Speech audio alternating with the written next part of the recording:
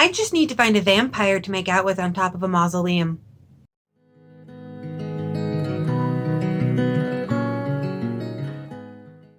Hello, my name is Margaret Adele, and welcome to another indie book review. This time I am reviewing How to Bite Your Neighbor and Win a Wager by DN Bryn. This is a paranormal romance all about a vampire who has been down on his luck, sleeping in a cemetery and, sneaking into people's houses to drink their blood while they're sleeping because he can't afford the bagged stuff. And one of the people whose house he sneaks into is so delicious that he keeps coming back for more. And it turns out that the dude he's been snacking on repeatedly actually needs him a vampire friend. There's this evil pharmaceutical company that he's pretty sure killed his mom, so he needs to get a vampire to agree to sign up for their research so that he can get a job and discover their inner secrets. But of course, as Wesley offers his blood to entice Vinny to stick around, feelings begin to happen, and suddenly Wes is second-guessing his plan. And I was really interested in this one because I've read a lot of this author's work before, but the books I read previous to this one were all high fantasy, heavy world building, and this one is distinctly in our modern world. So I was wondering what it would look like. And the setting was pretty light.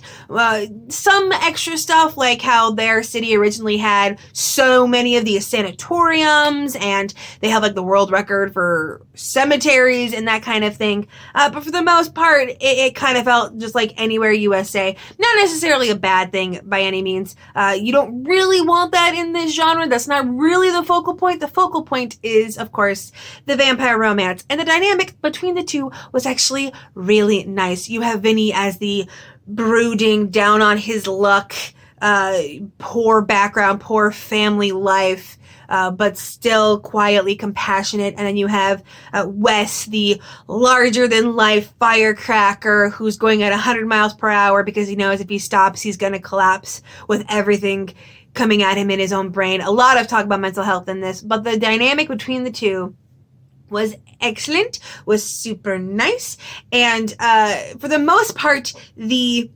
miscommunications actually felt a lot more justified because of the sheer differences in their personalities than in a lot of cases they didn't necessarily completely understand each other at first. And also because, Wesley is actively trying to deceive Vinny.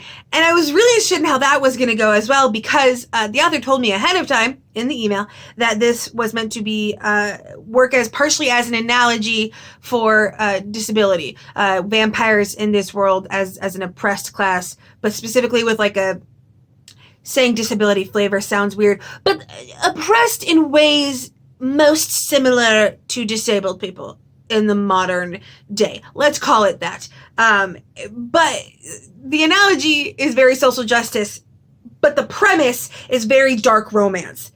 A vampire sneaking into people's houses to feed off their blood without their consent, finds a really delicious person and decides to stick around, and then that really delicious person is actively trying to trick them into what will essentially be becoming a test subject, likely dying. That's a dark romance premise, and I was like really concerned about how that was going to work a lot of the time. So in a lot of cases, it feels like there's a lot of lamp shading at parts. In general, it was kind of amusing to me as someone who is like in the deep end, the Marianas Trench of monster romance books at this point, that like the book was trying to be like, oh, is it okay that I find vampire bites sexy? Like, yes, of course it's okay that you find vampire bites sexy. That's a trope, and I love that trope. I love that this book has that trope, the trope where, the vampire bites someone and there's something about the venom in their fangs that like makes it feel good. I love that trope, because it's sexy. And like that kind of trying to like justify these vampire romance tropes right after I had read a monster romance book where the woman fell in love with a monster that literally had a skull for a face. It was really amusing to me. So I would definitely say this is a beginner paranormal romance book. I wouldn't even say monster romance, but that's me.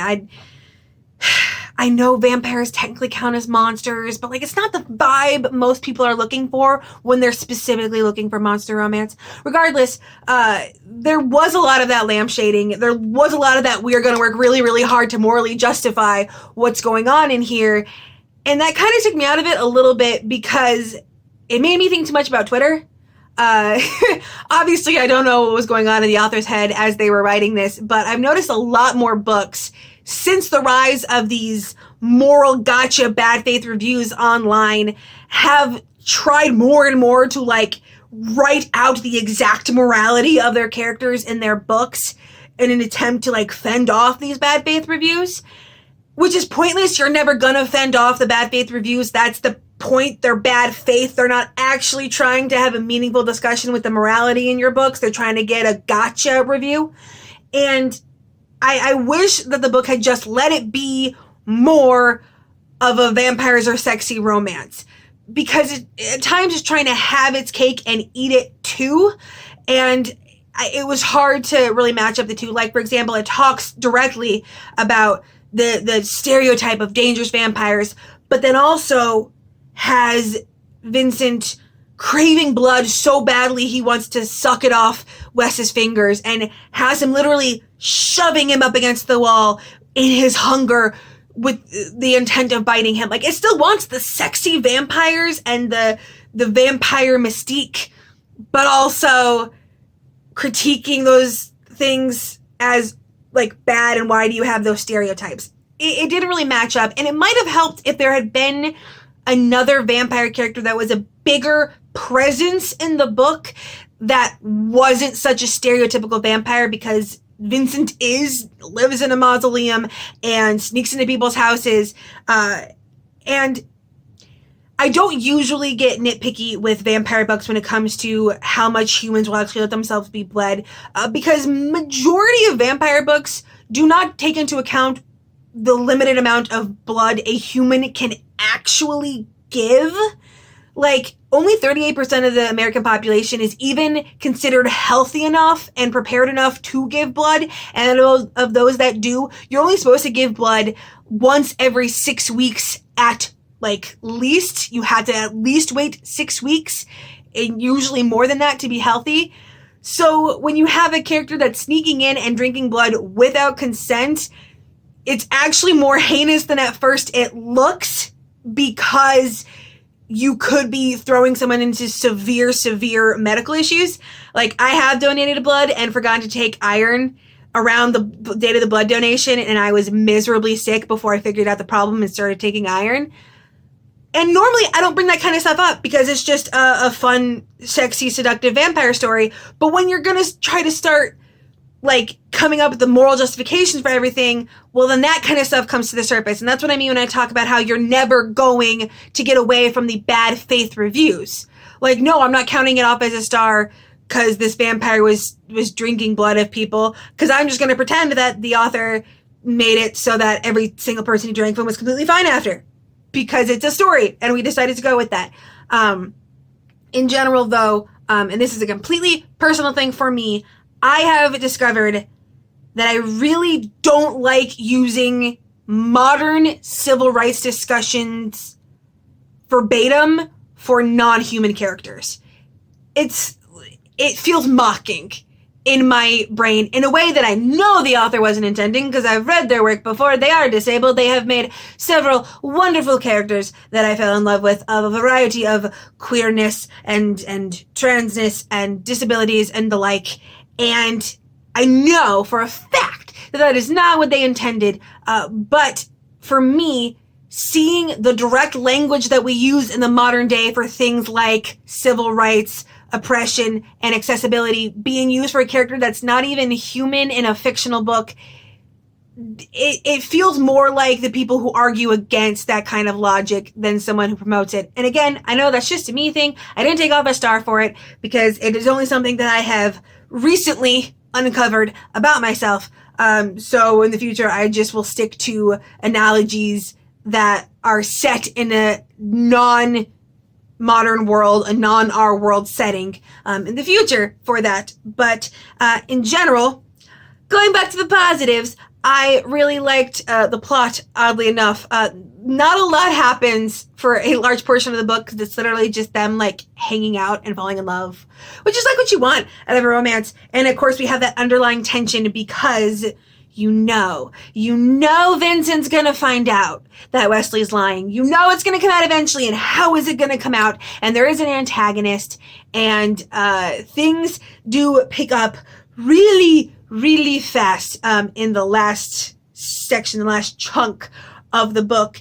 And it did the thing that I've only recently realized that I love. And it is such a niche trope, but there is this trope that I've noticed in some books that aren't horror, but near the end of their run during the big climactic scene, there's like a moment that like is horror. Just for like a quick little moment. And I love those moments. I love when it gets to like that point, just like a nice little, some horror as a treat. And then we'll go back. And in general, I liked the ending. It was very sweet. And yes, I had a lot to say about the analogy and such.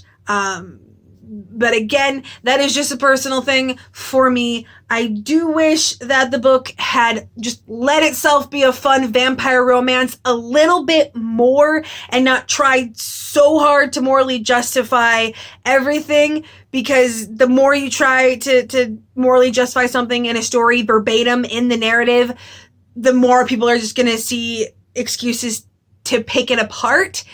And I love vampire romances in general, and most people who do love vampire romances have already kind of made their peace with everything that goes on in them. But in general, very cute. I gave it 4 stars. However, I will not be continuing with this series, which is not usually how I do things. Usually if they are 4 or 5 stars, the first book, and I will continue. However, like I said, I have uncovered that this is less my cup of tea than I thought it was.